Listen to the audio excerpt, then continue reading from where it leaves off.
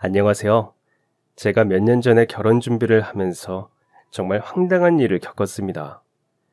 다시 떠올려도 온몸에 소름이 돋는 일인데 혹시 저와 비슷한 상황을 겪으신 분이 있으실까봐 조심하시라는 의미로 글을 적어봅니다. 그럼 시작하겠습니다. 저는 누구보다 빠르게 가정을 꾸리고 싶어 했던 사람이었습니다. 실은 제가 아버지가 안 계시거든요. 제가 어렸을 때 돌아가시고 어머니 혼자서 저희 세 자매를 키우셨습니다. 제가 세 자매 중에 둘째인데 저희 자매끼리 사이가 정말 좋았습니다. 원래 자매들끼리 더욱 살벌하게 싸우기 마련이잖아요. 어릴 때부터 머리채 쥐어뜯고 서로 아끼는 물건 집어 던지면서 싸운다고들 하더라고요. 그런데 저희 자매들은 그런 게 없었습니다. 나이 터울이 크던 것도 아니고 2살, 1살 차이가 전부였는데도 정말 안 싸우고 컸습니다. 아마 아버지를 일찍 여의어서 그랬던 것 같기도 합니다. 어머니 혼자서 일까지 하시면서 저희 셋을 감당하기에 벅차시니까 언니가 거의 어머니 노릇을 해주었습니다. 저와 동생은 그런 언니를 잘 따랐고요. 어렸지만 서로 배려하면서 잘 자란 것 같습니다. 어머니는 항상 그런 저희 세 자매를 공주들이라고 부르셨죠. 우리 공주들 오늘도 잘 지냈어? 엄마, 이번 주 금요일 날 월급 받는 날인데 우리 그날 치킨 먹을까? 우와, 엄마 최고! 어머니는 정말 상냥하신 분이셨습니다.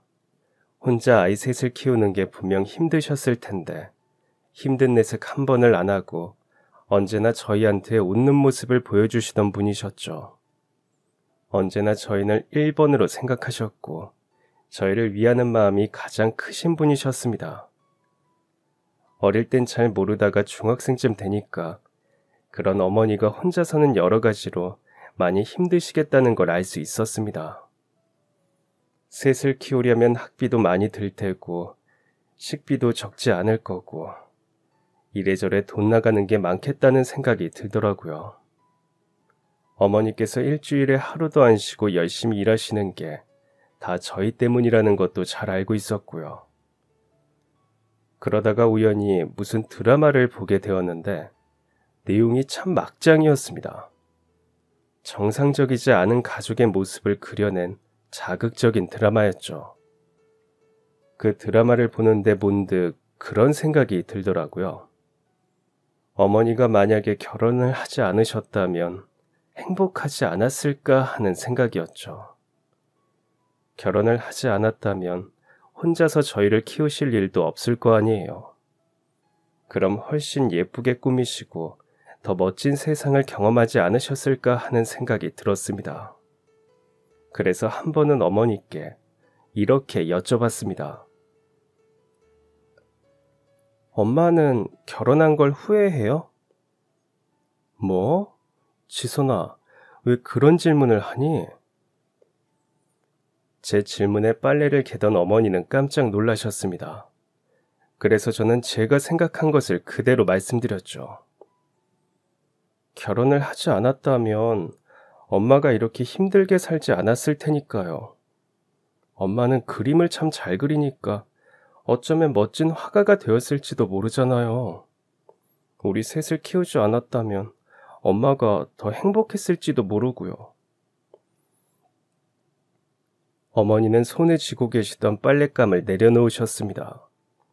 그리고는 제 손을 잡고 사뭇 진지한 표정을 지으셨습니다. 어머니한테서 보기 드문 표정이었습니다. 지선아, 엄마는 지금 너무너무 행복해.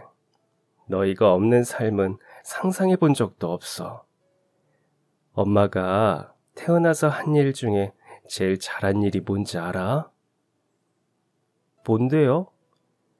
바로 너희 아빠와 결혼해서 너희를 낳은 일이야. 그게 엄마가 제일 잘한 일이야. 엄마는 세상 어떤 것과도 바꿀 수 없는 큰 행복을 얻었어. 어머니의 진지한 표정을 보고 있으니 뭔가 제 마음까지 울렁이는 기분이었습니다. 그리고 제 말에 어머니가 충격을 많이 받으신 모양인지 그날 이후부터 어머니는 아버지와 관련된 이야기를 많이 해주셨습니다. 아버지가 돌아가신 후에는 아버지 얘기를 잘 안 하셨거든요. 제가 7살 때 아버지가 돌아가셔서 아버지에 대한 기억이 거의 없었습니다. 있는 추억들도 아주 흐릿하게 기억될 뿐이었죠. 그래서 아버지가 어떤 분이셨는지 사실 기억이 잘 나지 않았는데 어머니가 그런 저희에게 아버지에 대한 추억을 상기시켜 주셨습니다. 저희 5 식구가 처음으로 다 같이 여행을 갔던 일, 계곡 근처에 텐트를 쳐놓고 하룻밤을 잤던 일 같은 커다란 추억부터 언니 초등학교 입학식 때 다 같이 짜장면 가게에 갔던 일, 아버지가 저희 셋을 돌아가며 목마를 태워주시다가 어깨를 삐끗했던 일까지 사소한 일까지 모두 말해주셨습니다. 그리고 오랜 시간 꺼내보지 않았던 아버지의 모습이 담겨있는 앨범도 꺼내서 보여주시곤 하셨습니다. 또 아버지와 어머니와의 추억도 많이 말해주셨죠. 두 분이 어떻게 처음 만났는지, 어쩌다가 결혼을 하게 되었는지, 결혼식을 했던 날 어떤 일이 있으셨는지 등등 아버지에 대한 추억을 많이 말해주셨습니다. 한순간의 사고로 안타깝게 세상을 떠나신 아버지가 그립기도 하면서 그런 아버지와의 추억을 말씀하시는 어머니가 굉장히 행복해 보이기도 하였습니다. 엄마는 아버지가 그렇게 좋아요? 그럼 아직도 사랑하는걸? 너희도 나중에 그렇게 소중한 사람을 만나봐. 엄마 마음이 이해가 될 거야. 그때부터 차츰 제게 그런 마음이 들었나 봅니다. 얼른 결혼해서 행복한 가정을 꾸려야지 하는 마음이요. 그래서 항상 저는 이렇게 말하고 다녔습니다. 나는 일찍 결혼해서 일찍 아기를 낳을 거야. 라고 말입니다. 그런데 그거 아세요? 꼭 저처럼 말하는 애들이 결혼 제일 늦게 간다는 거. 되려 결혼 절대 안 할 거라고 하고 다니던 애들이 결혼을 일찍 하는 법이었죠. 그 법칙이 저한테도 예외는 아니었나 봅니다. 친구들, 동창들 다 시집갈 동안 저는 여전히 싱글이었습니다. 물론 저한테도 결혼을 할 뻔한 적은 있긴 있었습니다. 20살 때부터 나열을 해보자면요. 고등학교를 막 졸업한 뒤 저는 한 중소기업 사장님의 비서로 취직을 하게 되었습니다. 말이 비서지 격리 업무 보조하면서 사장님 스케줄 관리하고 거래처들이랑 미팅 약속도 잡고 그냥 이런저런 업무 다 했습니다. 그래도 중소기업치고 괜찮은 월급 받으면서 야근도 없이 나름 괜찮은 첫 직장 생활을 했습니다. 야근이 없으니까 밤에도 시간적인 여유가 있고 주말에도 하루는 쉬니까 친구들도 만나고 할 수 있더라고요. 그러다가 식당에서 우연히 고등학교 때 잠깐 짝사랑했던 선배를 만나게 되었습니다. 선배는 멋진 대학생이 되어 있었습니다. 학교를 다닐 때에도 운동을 잘하더니 체육교육과를 다니고 있더라고요. 어쩐지 더욱 성숙해지고 멋있어진 모습이었죠. 저희가 다녔던 고등학교는 저희가 다시 만난 그 식당과 멀지 않은 비슷한 동네였고 저희 둘 다 사는 곳도 바로 옆 동네였고 제가 일하는 회사도 멀지 않은 곳, 선배가 다니던 학교도 근방이었습니다. 그러니까 언제 어디서 만나도 이상하지 않았다는 거였죠. 그런데 그런 단순한 우연이 저는 왜 운명처럼 느껴졌을까요? 이 선배와 나는 운명이라고 생각했습니다. 그리고 이 운명적인 만남을 놓치면 안 되겠다고 생각했습니다. 그래서 저는 용기를 내서 선배에게 다가갔습니다. 삐삐 번호를 알려달라고 했고 그때부터 저희의 로맨스가 시작되었습니다. 선배는 참 성격이 좋은 사람이었습니다. 그런 선배 곁에는 항상 사람들이 많았죠. 고등학생 때도 그랬습니다.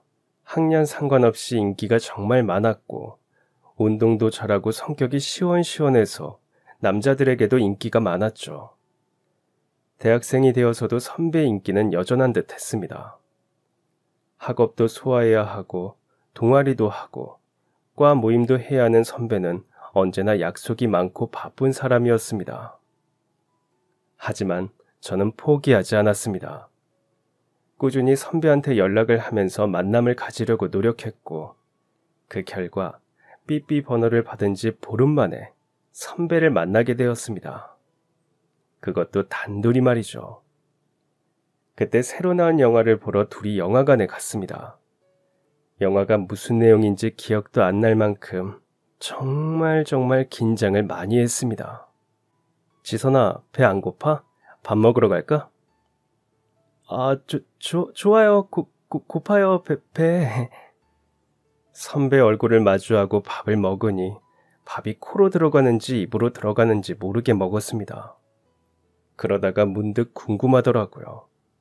선배는 여자친구가 없나 하는 궁금증이었습니다.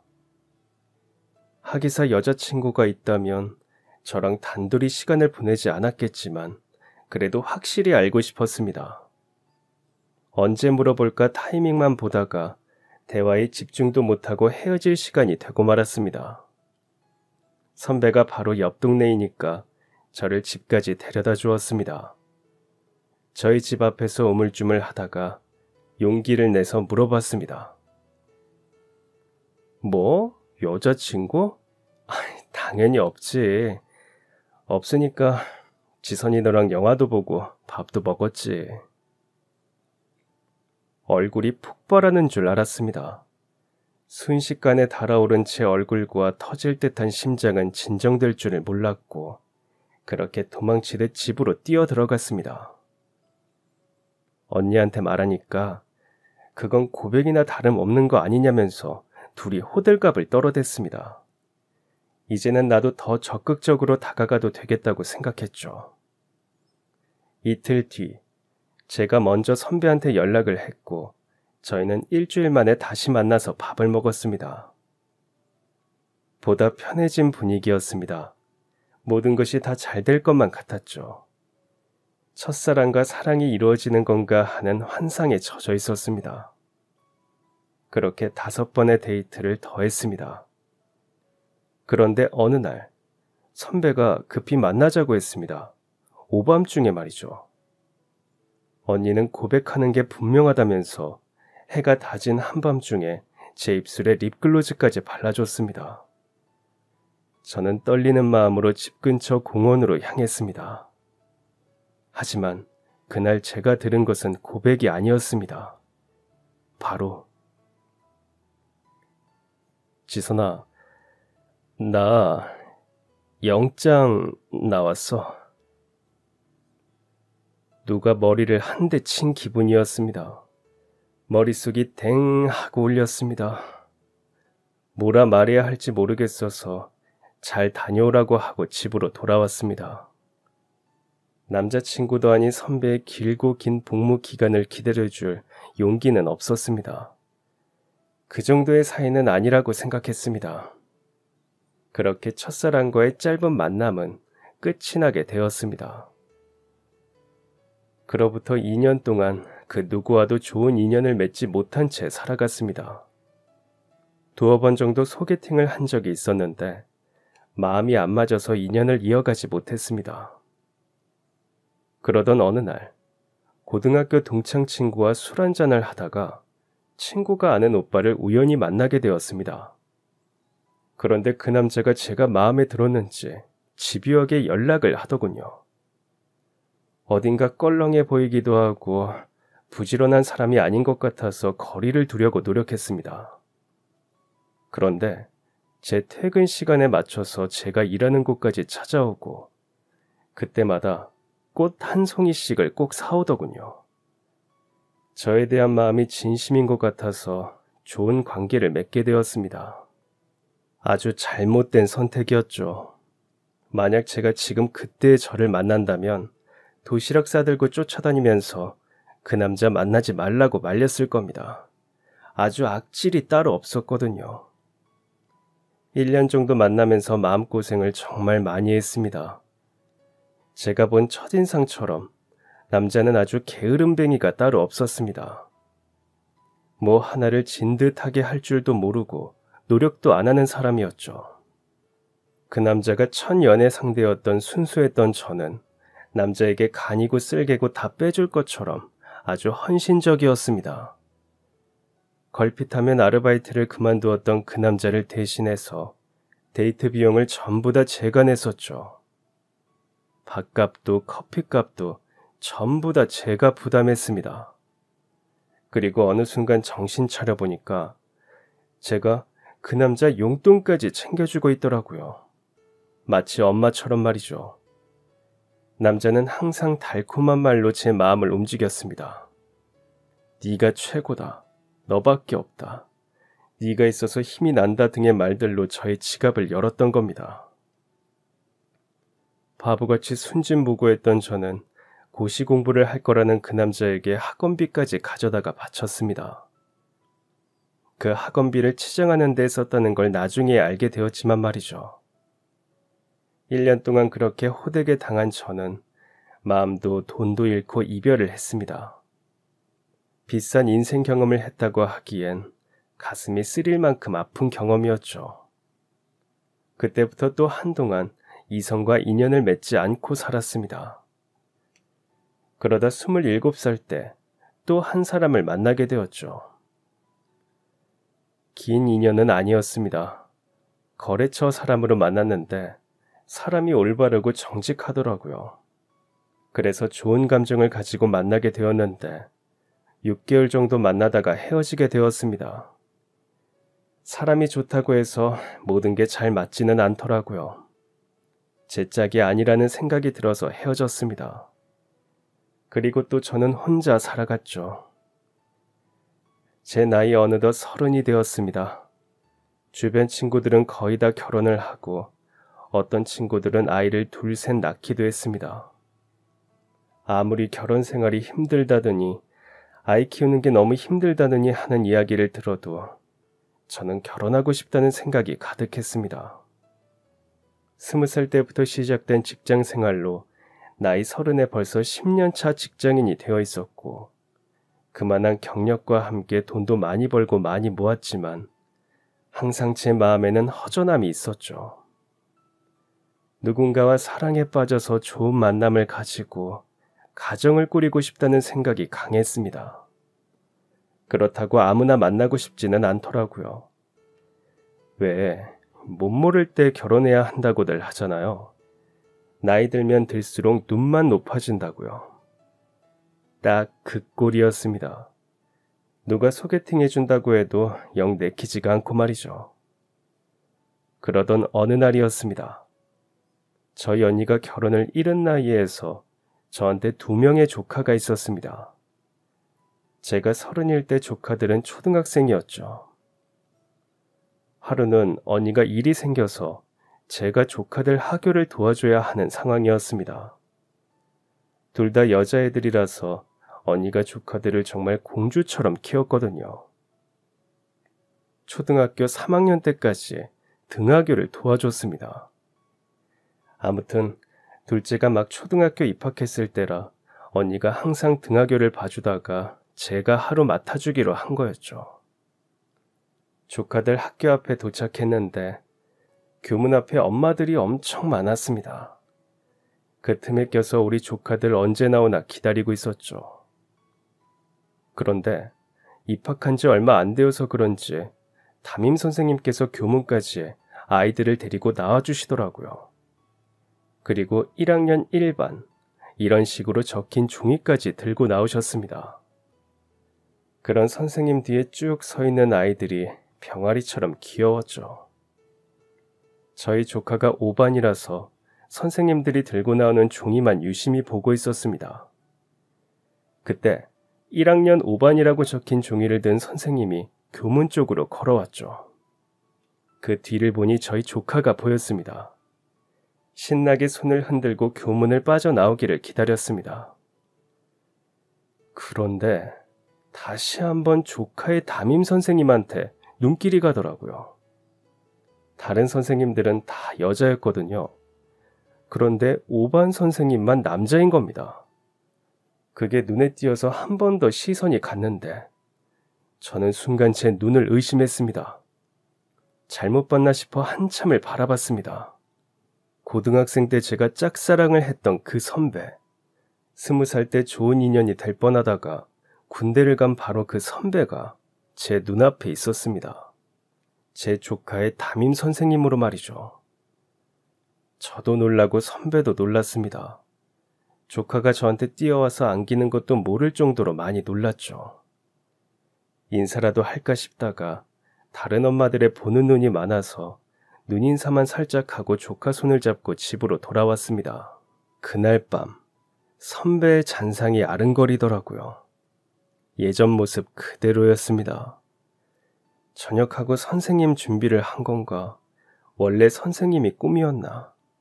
하긴 공부를 잘하기는 했지. 결혼은 했겠지.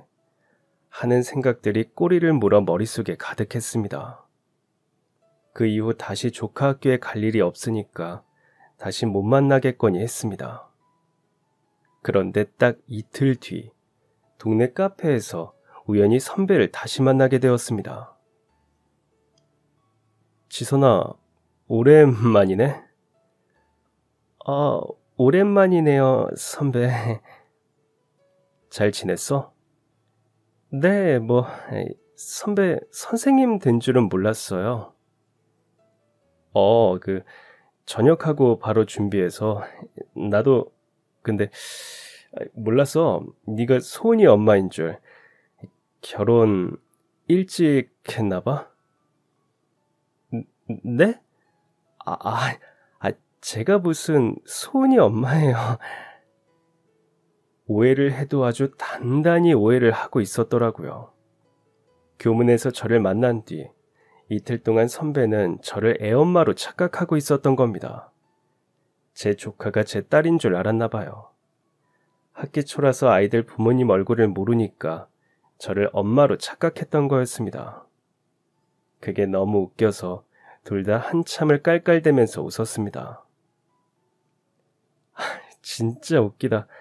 선배, 이렇게 본 것도 우연인데 아직 저녁 전이면 밥이나 먹을래요? 이땐 정말 단 조금의 사심도 없었습니다. 정말 단순히 반갑기도 하고 밥 먹을 시간이라서 물어본 거였습니다. 선배는 흔쾌히 알겠다고 했죠. 그날 1시간 조금 넘는 식사 시간 동안 정말 즐거웠습니다. 그맘때 일 때문에 스트레스가 상당했는데 오랜만에 마음 편히 웃으면서 밥을 먹었습니다.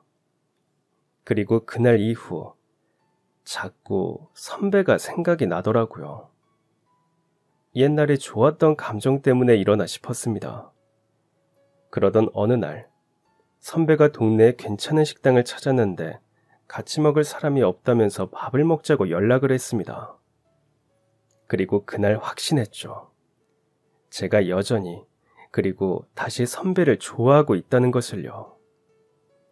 다행히도 제 예상과 다르게 선배는 결혼을 하지 않았습니다. 그리고 여자친구도 없었고요. 이렇게 괜찮은 사람이 왜 여자친구도 없고 아직까지 결혼도 안 했을까 궁금했습니다. 넌지시 물어보니까 만난 사람은 있었던 것 같더라고요. 여자친구 안 사귄 지 몇 년 됐어. 한 3, 4년 정도? 왜요? 혼자인 게 편해요? 글쎄, 어쩌다 보니까. 두루뭉술하게 얘기를 하길래 더 얘기하고 싶지 않은가 보다 하고 묻지 않았습니다. 그렇게 다시 재회한 선배와 꾸준한 만남을 가지게 되었습니다.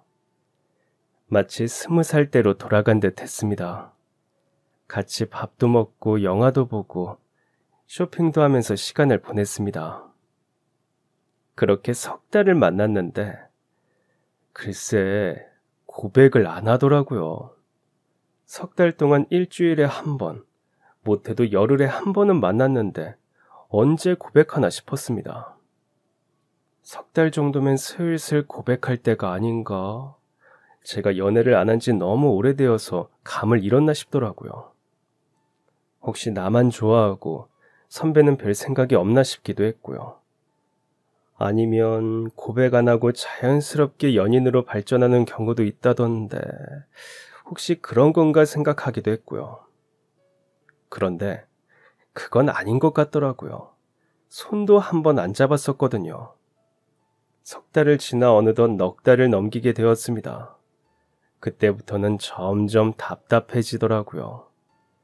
분명 선배도 제게 좋은 감정이 있는 것 같은데 그렇지 않고서야 4개월 동안 만남을 유지한다는 게 말이 안 되잖아요. 그런데 왜 고백을 안 하나 싶어서 결국 제가 먼저 고백을 하기로 했습니다. 잘 입지도 않는 원피스를 꺼내서 입고 화장도 1시간 넘게 정성 들여서 하고 얼마나 긴장했는지 모릅니다. 언제 고백할까 하루 종일 타이밍만 보고 있었죠. 그러다가 저녁밥을 먹으며 술 한잔을 하게 되었습니다. 이때다 싶었던 저는 용기를 내서 선배에게 고백을 했습니다. 그런데요, 고백을 했는데 고백을 받은 선배 표정이 좋지가 않더라고요. 예상했던 반응과 달랐습니다. 차인 건가 싶더라고요. 선배는 심각한 표정으로 술잔을 비웠습니다. 그리고는 조심스럽게 입을 열었죠. 나도 지선이 네가 좋아. 그런데 내가 준비가 되어 있는지 모르겠어. 그래도 노력해볼게. 좋은 남자친구가 될 수 있도록 노력할게. 용기 내줘서 고마워. 조금 찝찝하기는 했지만 그렇게 저희는 연인 사이가 되었습니다. 찝찝했던 기분도 잠시 선배와 연인이 된 뒤 저는 하늘을 날아갈 듯이 행복했습니다. 이제껏 느껴보지 못한 행복한 감정이었습니다. 선배와 하는 모든 것이 좋았고 모든 날들이 행복했습니다. 나이 30이나 먹고 남자친구랑 손잡는 일이 그렇게 좋은 것인지 몰랐습니다. 손만 잡았는데도 심장이 콩닥콩닥 뛰더라고요. 마치 20살 소녀가 된 듯이 좋았습니다. 그런데 어쩐지 선배는 저한테 거리를 두는 것 같았습니다. 저를 좋아하긴 하는 것 같은데 뭐라고 해야 하나 벽을 두고 있는 느낌이었습니다. 평소에는 안 그랬는데 꼭 과거 이야기만 나오면 그랬죠. 예를 들어보자면 군대 제대하고 바로 임용 준비한 거야? 아, 학교 졸업 먼저 했겠구나. 시험 준비하는 거 안 힘들었어? 시험 힘들었지. 그래도 금방 합격했어. 선배 고등학생 때부터 공부 잘했잖아. 시험 준비는 집에서 했어? 보통 고시원들하고 그러던데 선배도 그랬어? 고시원. 배고프지 않아? 우리 뭐 먹을까? 저번에 초밥 먹고 싶다고 하지 않았어? 우리 초밥 먹으러 가자. 꼭 이렇게 과거 얘기를 꺼내면 대답을 잘 안 하고 말을 돌리더라고요. 사귀기 전에도 사귄 후에도 그랬습니다. 혹시 내가 무슨 실수를 한 건가 곰곰이 생각해 봤는데 그건 아닌 것 같았습니다. 아니면 그때 공부하는 게 너무 힘들었나 생각하기도 했는데 시험에 금방 합격했다고 하니 그것도 아닌 것 같더라고요. 그럼 대체 왜 그렇게 과거 이야기를 안 하나 궁금했습니다. 그러다가 언니한테 한번 이 문제로 상담을 한 적이 있는데 그냥 물어보지 말라고 하더라고요. 어차피 지나간 과거인데 뭘 그렇게 꼬치꼬치 캐물으냐면서 말이죠. 그때부터 더 이상 연연하지 않고 물어보지도 않기로 했습니다. 언니가 또 이런 말도 하더라고요. 과거 연인에 대해서 묻지 말라고요. 언니랑 형부랑 연애할 때 과거 연인에 대해 얘기를 꺼냈다가 일주일 동안 안 만났을 정도로 심하게 싸웠다고 했습니다. 그만큼 예민한 것이니 절대 묻지 말라고 했습니다. 그리고 제 과거 연인에 대해서도 언급조차 하지 말라고 했죠. 연애 초보인 저를 위해 아주 실속 있는 조언이었습니다. 저는 언니의 당부를 기억하고 과거의 연인이고 과거의 일이고 과거에 대한 것이라면 그 어떤 이야기도 꺼내지 않았습니다. 하지만 남자친구가 제게 벽을 두고 있다고 느낀 것은 과거 이야기를 할 때뿐만이 아니었습니다. 미래에 대한 이야기를 할 때에도 저는 서운한 감정이 들었습니다. 예를 들면, 우와, 저 집 너무 멋있다. 나중에 저렇게 주택에서 사는 것도 좋을 것 같아. 마당이 있으면 아이들이 놀기 좋을 것 같더라고. 선배는 어떻게 생각해? 그래, 뭐, 좋겠네. 애들 얘기가 나왔으니까 말인데, 우리 언니 보니까 조카들이 있어서 맘 편히 형부랑 시간을 못 보내더라고. 우린 아이 생기기 전에 많이 놀자. 어, 어, 나 잠깐 화장실 좀. 미래에 대한 얘기가 나오면 이런 식으로 자리를 피하더라고요. 대답도 잘 안 하고요. 연애 초반이라면 제가 섣불렀던 거겠죠. 하지만 제가 이런 얘기를 꺼낸 건 만난 지 1년이 거의 다 되어 가던 시점이었습니다. 그 정도 만나면 결혼 얘기 꺼내지 않나요? 게다가 둘 다 어린 것도 아니고요. 혹시 나랑 결혼하기 싫은가 싶었습니다. 그렇지 않고서야 미래 얘기를 회피할 리가 없잖아요. 그렇다고 먼저 물어보기도 뭔가 자존심이 상했습니다. 연애할 땐 다 그렇잖아요. 자존심 부리다가 싸우고 하는 거죠. 그래서 안 물어보고 답답한 마음을 참고 버텼습니다. 혼자 상상의 나래를 펼치면서 말이죠. 제가 심지어는 어떤 생각까지 했는지 아세요? 혹시 이 남자가 시한부라서 나와 함께 미래를 꿈꾸지 못하는 건가 생각하기도 했습니다. 아니면 혹시 다른 사람이 있는 건지, 비혼주의자인 건지, 아휴, 머리가 터지도록 생각을 했죠. 그렇게 답답한 마음을 가지고 만남을 이어가던 어느 날이었습니다. 주말에 만나서 데이트를 하고 있는데 갑자기 선배가 한 아주머니를 보고 아른 체를 했습니다. 아주머니도 선배를 보고 환하게 웃으면서 걸어오셨죠. 아주머니는 다정하게 선배의 팔에 손을 올리셨습니다. 누구인가 어리둥절해 있는데 아주머니가 선배를 보고 이렇게 말씀하셨죠. 어디 다녀오는 거야, 아들? 아들이라니, 그렇게 준비가 안 된 상황에서 어머님을 만나게 될 줄은 몰랐습니다. 저는 허둥지둥 어머님께 허리를 숙여 인사를 하고 옷 매무새를 정리했습니다. 어머님은 예쁜 눈을 깜빡이시면서 저를 쳐다보셨습니다. 그러자 선배가 어머님께 저를 소개했죠. 이쪽은 제 여자친구예요. 지선이구나. 어머, 초면에 미안해요. 우리 아들이 하도 얘기를 많이 해서 어떤 사람인지 궁금했는데 이렇게 만나게 되었네요. 선배가 제 이야기를 많이 했다니 의외라고 생각했습니다. 그리고 어머님을 만난 이 순간이 제겐 아주 좋은 기회라고 생각했고요. 10년간의 사회생활로 제가 남들보다 월등히 잘하는 게 있다면 바로 어른을 대하는 것이었습니다. 아무것도 모르는 초년생 때 처음으로 입사한 회사는 아버지 뻘의 직원들뿐인 중소기업 비서였잖아요. 그때 심지어 경리 언니도 마리 언니지 저희 어머니보다 2살 어린 분이셨거든요. 그리고 그때 거래처랑 매일같이 전화를 하다 보니까 어른들과 말하는 것이 어렵지 않았습니다. 그리고 선배를 만나고 있을 당시에 다니던 회사도 거의 다 부모님 뻘의 직원들이 있던 곳이었습니다. 제가 나이에 비해서 직급이 높으니까 간혹 저보다 나이가 많은 후배분도 계셨는데 그분들과도 잘 지냈었거든요. 그만큼 저는 어른들을 대하는 것이 익숙했고 어디 가면 싹싹하다는 말을 지겹도록 듣는 사람이었습니다.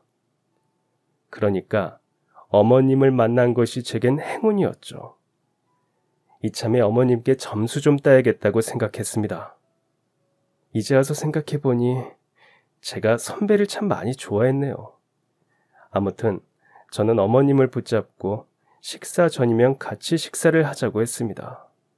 저희도 마침 점심을 먹으러 가는 길이었거든요. 어머님은 잠시 당황한 듯 하셨지만 좋다고 하셨습니다. 선배는 엄청 당황했고요.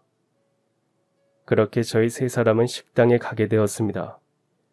어색함을 느낄 틈도 없이 제가 어머님께 이런저런 말을 붙였습니다. 어머님, 어디 가시는 길이셨어요? 요새 날이 좋아서 걷기 참 좋은 계절이죠. 그나저나 선배가 누굴 닮아 피부가 좋나 했더니 다 어머님을 닮은 거였군요. 와, 정말 고우세요. 저의 칭찬 세례에 어머님은 어쩔 줄을 몰라 하셨습니다. 처음엔 엄청 당황하던 선배는 곧 웃음을 터뜨렸죠. 저는 식사 내내 어머님을 살뜰히 챙겨드렸습니다. 어머님도 나중엔 같이 농담을 하시면서 굉장히 좋아하시더라고요. 아이고, 우리 아들이 이렇게 재밌는 사람을 만나고 있는지 몰랐네. 맨날 얘기만 듣다가 이렇게 만나니까 너무 좋다. 지선씨, 우리 아들이 힘들게 하면 언제든 나 찾아와요. 이렇게 멋지고 유쾌한 여자친구를 힘들게 하면 내가 아주 혼쭐을 내줄 테니까. 어머, 정말요? 말씀만으로도 든든하네요. 알겠습니다, 어머님. 식사를 마치고 어머님은 다음에 또 함께 식사하자는 인사를 남기고 떠나셨습니다. 어머님을 보내드리고 나니 다리에 힘이 쫙 풀리더라고요. 안 그런 척했지만 실은 엄청 긴장하고 있었습니다. 연인의 부모님을 보는 건 처음이었으니까 당연히 그럴 만했죠. 저희는 근처 카페에 들어갔습니다. 시원한 음료를 쭉 들이키니 긴장이 좀 풀리는 것 같았습니다. 저는 녹초가 되어서 앉아있는데 선배는 어쩐지 재밌는 듯한 눈빛이었습니다. 저를 보면서 내내 미소를 띄우고 있더라고요. 왜? 나 뭐 실수했나? 아니, 전혀. 그런데 왜 웃어? 그냥 좋아서. 실없는 농담이라고 생각하고 같이 웃어 보였습니다. 그런데 갑자기 남자친구의 표정이 진지해지더라고요. 그러더니 이런 얘기를 꺼냈습니다. 실은 남자친구에게 힘든 과거가 있었대요. 무엇인지 구체적으로 말을 해주지는 않았습니다. 저도 묻지 않았고요. 그 안 좋은 일 때문에 이성을 만나지 않았고 그 때문에 저와의 미래도 확신이 없었다고 하더군요. 제가 너무 좋지만 선배가 누군가와 미래를 꿈꿀 준비가 되어 있는지 그럴 자격이 있는지 의심이 되었답니다. 그래서 항상 결혼 얘기가 나오면 회피했던 거라고 하더라고요. 그때 선배의 솔직한 마음을 처음 듣는 것이었습니다. 그러면서 선배는 이런 말을 덧붙였습니다. 그런데 오늘 우리 어머니랑 너랑 같이 있는 거 보니까 확신이 들더라. 뭐가? 네가 계속 내 옆에 있었으면 좋겠어. 지금의 모습도 좋지만 가족의 모습으로. 더 이상 피하지 않을게. 나랑 평생 함께하자. 느닷없는 타이밍에 프로포즈라니 너무 놀랐지만 너무너무 좋았습니다. 눈물이 왈칵 차오르더라고요. 그동안 시한부니 비혼주의자니 혼자 상상을 하며 힘들었던 시간들이 싹 사라지는 순간이었습니다. 그렇게 저희는 결혼을 약속하게 되었습니다. 다시 한번 어머님을 찾아뵈어서 인사를 드리고 선배도 저희 어머니께 인사를 드리고 본격적인 결혼 준비를 시작했습니다. 단란한 가정을 꾸리고 싶은 만큼 결혼식에 대한 로망도 있었습니다. 제가 그 나이 먹도록 결혼식을 얼마나 많이 가봤겠어요. 그동안 결혼식을 보면서 와, 여기 정말 예쁘다. 아, 저런 건 안 하는 게 낫겠다 하는 것들이 있었습니다. 그리고 먼저 결혼한 친구들도 느지막이 결혼을 하는 제게 아낌없는 조언을 해주었고요. 웨딩 플래너가 따로 없었습니다. 친구들이 플래너였습니다. 친구들은 마치 자신이 결혼하는 것처럼 진짜 열심히 저를 도와주었습니다. 그리고 그런 친구들이 가장 신경을 많이 쓴 부분은 드레스도 웨딩 촬영도 아닌 바로 예식장이었습니다. 야, 나 예식장 잘못 골라서 진짜 고생했잖아. 피로 현장에 다른 결혼식 하객들까지 섞여서 어찌나 불편했는지 몰라. 식장 예뻐서 골랐는데 아휴, 그게 다가 아니더라고. 맞아. 난 식장 고를 때 음식을 제일 까다롭게 봤어. 어른들은 다 필요 없고 음식 맛있고 정갈하면 그게 장땡이더라고. 나는 결혼식 때 한정식 상차림했다가 엄청 욕먹었잖아. 모르는 사람이랑 앉아서 먹었다고. 무조건 뷔페로 해야 돼. 우리가 괜찮은 예식장들 좀 추려볼 테니까 지선이 네가 남자친구랑 가서 직접 봐봐. 제가 결혼 준비 막 시작할 때 회사의 큰 프로젝트를 갑자기 시작하게 되어서 정말 바빴거든요. 야근을 맨날 하고 주말에도 출근을 할 때였습니다. 그때 마치 제 일처럼 도와주던 친구들 덕분에 저는 많고 많은 결혼식장 중 3곳을 가보기로 했습니다. 첫 번째 결혼식장은 예식장이 굉장히 화려하고 예쁜 곳이었습니다. 식장도 넓고 특히 버진로드가 화려하게 꾸며진 게 정말 아름다운 곳이었죠. 하지만 식사가 좀 별로더라고요. 아름다운 식장에 비해서 메뉴가 조촐했고 무엇보다 신선하다는 느낌이 안 들었습니다. 어른들 입에서 말 나오기 딱 좋겠다 싶었죠. 그 다음으로 2번째 예식장을 갔습니다. 가격은 좀 비쌌지만 예식장도 깔끔하고 식사도 나쁘지 않더라고요. 하지만 일하는 직원들의 태도가 정말 불친절했습니다. 예약하러 온 예비 부부가 있으면 보통 보여주기 식으로라도 더 열심히 일을 할 텐데 자기들끼리 히히덕거리고 중간중간 욕설까지 섞으면서 하객들 다 있는 곳에서 얘기를 하더라고요. 이건 아닌 것 같아서 마지막 예식장을 가보기로 했습니다. 마지막 예식장은 먼저 봤던 2곳보다 수수했지만 가격도 알맞았고 음식도 정갈했습니다. 선배, 여기 음식 괜찮다, 그치? 나쁘지 않네. 여기로 할까? 그럴까? 아, 나 잠깐 화장실 좀. 선배와 함께 있다가 잠시 화장실로 향했습니다. 손을 닦고 나오려는데 한 여자가 저를 부르더라고요. 저기요. 고개를 돌려보니까 유니폼을 입은 한 여자가 서 있었습니다. 저희를 안내해준 예약 실장님과 같은 옷을 입고 있었습니다. 예약실 직원인가 싶었죠. 네? 저 결혼하려는 사람 이름이 최지훈 맞죠? 네, 맞는데 왜 그러세요? 제가 그 사람 비밀을 알고 있어요. 네? 무슨 비밀이요? 길게 얘기 못 나눠요. 그 사람이 저 보면 난리 날 거예요. 얼른 연락처 알려주세요. 얼떨결에 저는 여자에게 연락처를 알려주었습니다. 그리고 여자는 도망치듯이 화장실에서 빠져나갔죠.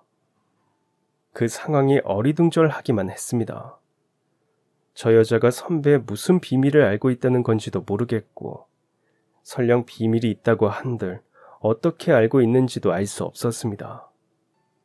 대체 저 여자는 누구이며 선배와 어떤 관계인지 너무 궁금했습니다. 선배한테 이상한 여자를 만났다는 것을 말을 하려고 했습니다. 그런데 다시 선배에게 다가가려는 그 순간 제 핸드폰으로 사진 한 장이 왔습니다. 선배와 아까 그 여자가 함께 찍은 사진이었습니다. 공원 벤치로 보이는 곳에서 2 사람은 환하게 웃고 있었습니다. 너무 놀라서 아무 말도 안 나왔습니다. 그리고 사진을 보낸 여자에게서 메시지가 왔습니다. 당신과 결혼할 사람의 비밀을 알려줄게요. 갑자기 제 눈앞에 있는 선배의 눈을 똑바로 쳐다보기가 어려웠습니다. 무슨 감정인지는 모르겠는데 갑자기 머리가 어지럽고 속이 울렁거렸습니다. 선배한테 아무 말도 할 수 없었습니다. 그리고 그 여자에게도 어떠한 답장도 할 수 없었습니다. 그날 저는 몸이 안 좋다고 하고 곧바로 집으로 돌아왔습니다. 정말 복잡하더라고요. 여자한테 뭐라고 답장을 하면 좋을지 한참을 생각했습니다. 그러다 그날 늦은 밤 여자에게서 다시 메시지가 왔습니다. 그리고 저는 제 두 눈을 의심했습니다. 당신과 결혼하는 그 남자 좋은 사람인 것 같죠? 다 거짓말이에요. 나를 이용하고 버린 사람이에요. 결혼하자는 달콤한 말로 저를 속이고 제 인생을 망쳐버린 사람이에요. 믿기 힘들면 이 사진을 보세요. 이게 증거니까. 그러면서 여자는 여러 장의 사진을 보내왔습니다. 선배와 함께 찍은 여러 장의 사진, 두 사람의 이름이 적힌 청첩장 샘플들, 함께 가전제품을 구경하러 간 사진까지. 믿을 수가 없었습니다. 정말 내가 알고 있는 나의 예비 신랑이 맞나 몇 번을 확인했습니다. 손이 벌벌 떨려서 답장도 하지 못했습니다. 그날 밤 저는 한숨도 못 잤습니다. 그리고 밤새 생각한 끝에 저는 이런 결론을 내렸습니다. 선배를 믿자는 결론이었습니다. 적어도 제가 지금까지 만난 선배는 그런 사람이 아니었습니다. 그렇게 누군가를 속이고 거짓말을 할 사람이 아니었습니다. 고등학생 때도, 20살 때도, 그리고 다시 만나 결혼을 약속하기까지도 선배는 정말 좋은 사람이었습니다. 모르는 여자 때문에 선배에 대한 믿음을 저버리지 말고 물어보고 확인하자는 게 제 결론이었습니다. 그리고 그날 일을 마치고 저는 선배와 만났습니다. 원래 만나는 날도 아니었고 둘 다 야근 때문에 늦게 퇴근한 상황이었는데 더 미루다간 머리가 터져버릴 것 같아서 만나자고 했습니다. 평소와 다른 제 모습에 선배는 어리둥절한 듯 했습니다. 왜 그래? 어디 안 좋아? 어제부터 몸 안 좋다고 하더니 병원은 다녀왔어? 선배, 나는 선배 믿어. 정말 좋은 사람이라는 거. 갑자기 그게 무슨 소리야? 나 어제 예식장에서 한 여자를 만났어. 그리고 이런 메시지를 받았어. 여자에게서 온 메시지를 선배에게 보여주었습니다. 선배는 엄청 놀란 듯 눈이 휘둥그레졌습니다. 몇 번이고 사진을 다시 보고 메시지를 다시 봤죠. 그리고 선배가 제게 들려준 이야기는 충격적이었습니다. 선배가 군대 제대를 하고 대학을 다니다가 한 여자를 만났다고 했습니다. 졸업을 얼마 앞두지 않은 시점에서 학교 도서관에서 만났다고 하더라고요. 여자와 통하는 게 굉장히 많았답니다. 음식 취향도 똑같고, 좋아하는 운동 종목도, 좋아하는 팀도, 또 좋아하는 음악 취향도 같았다고 하더라고요. 그렇게 좋은 관계를 이어가다가 선배가 졸업 후 임용 준비를 하게 되었답니다. 공부에 집중하고 싶었던 선배는 여자와 거리를 두려고 했는데 여자가 그래도 상관없다면서 기다리겠다고 했답니다. 그 모습에 감동한 선배는 여자와 사귀기로 한 거였죠. 여자는 선배에게 엄청 헌신적이었답니다. 부탁하지도 않았는데 도시락을 싸들고 온다거나 새 필기구를 사준다거나 했다더라고요. 선배는 그땐 그게 사랑인 줄 알았답니다. 금방 임용에 합격한 선배는 곧바로 학교 근무를 시작하게 되었는데 그때부터 그 여자의 본 모습이 나왔답니다. 선배에 대한 집착이 정말 심했다더라고요. 선배가 다니는 학교 홈페이지를 뒤져서 어떤 선생님이 있는지, 여자 선생님은 몇 명인지 알아내고 심지어는 애들 학교하는 시간에 몰래 학교 앞에 가서 학부모들까지 감시를 했답니다. 차 블랙박스를 보는 것은 기본에 가방을 뒤지거나 핸드폰을 확인하는 일도 반복했다더라고요. 선배는 그 여자가 임용 준비하는 기간에 잘 기다려 주었으니까 고맙고 미안한 마음에 헤어지지 못했답니다. 하지만 여자의 집착 문제로 몇 번 다툰 뒤에 여자가 전과 달라지겠다고 약속을 했다더라고요. 그 이후 여자의 행동이 바뀌는 듯 싶었고 그때 둘은 결혼 약속을 하게 되었답니다. 여자가 사귀기 시작했을 때부터 결혼 이야기를 많이 했대요. 이제 막 일하기 시작했던 선배는 좀 부담이 되었지만 그래도 여자가 원하니 이른 나이지만 결혼 준비를 했답니다. 결혼 약속을 하고 난 뒤 잠시 숨겨두었던 여자의 집착은 다시 시작되었고 선배는 매일같이 불면증과 두통에 시달릴 만큼 힘들었답니다. 그러던 중 충격적인 여자의 비밀을 알게 되었대요. 선배의 노트북이 고장나서 여자의 노트북을 사용하게 되었는데 이력서가 있길래 무심코 클릭해보았답니다. 사실 여자가 제대로 된 직장을 가지지 않고 계속 아르바이트만 하고 다녔다더라고요. 결혼 준비할 때에도 아르바이트를 그만두고 새로 구해야 한다고 했답니다. 그래서 이력서 잘 썼나 볼 겸 눌러봤다고요. 그런데 고등학교 졸업까지만 적혀 있고 대학교가 안 적혀 있었답니다. 그리고 고등학교를 나온 게 완전 다른 지역이었다더라고요.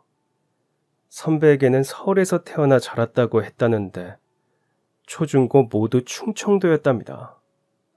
뭔가 이상해서 여자의 노트북을 더 살펴보던 중 선배 이름으로 된 파일을 발견했고 그곳에서 충격적인 것을 보게 되었답니다. 선배가 대학교 다닐 때 사진도 있었고 선배의 혈액형과 별자리 같은 것이 적혀있는 메모장도 있었고 선배가 좋아하는 음식이며 노래 같은 것도 적혀 있었다는 겁니다. 충격을 받은 선배는 여자에게 물었답니다.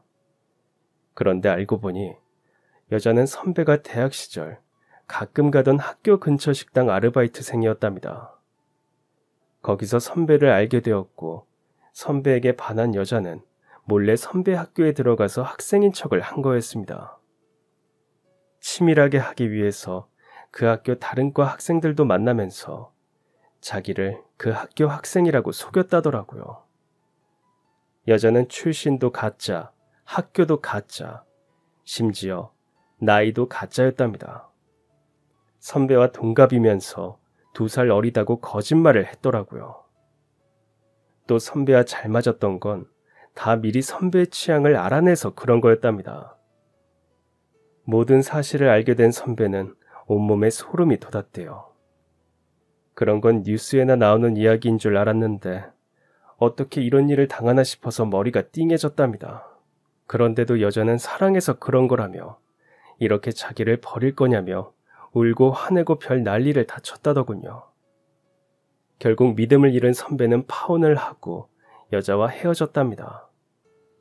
헤어진 뒤에도 여자는 선배의 집에 찾아오는 등 집착을 심하게 했고 결국 혼자 살던 선배는 어머님 댁에 들어가서 살았다더라고요.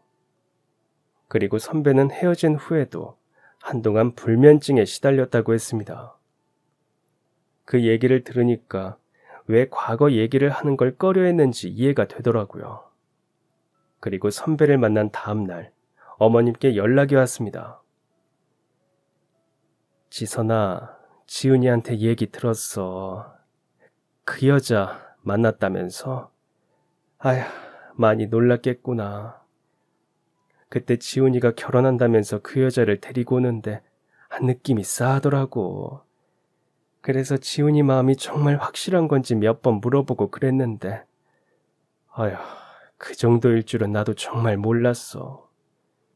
지훈이가 정말 많이 힘들어해서 한동안 사람도 잘 안 만나고 그랬는데 너를 만나고 많이 달라지더라고. 네가 얼마나 고마운 사람인지 몰라.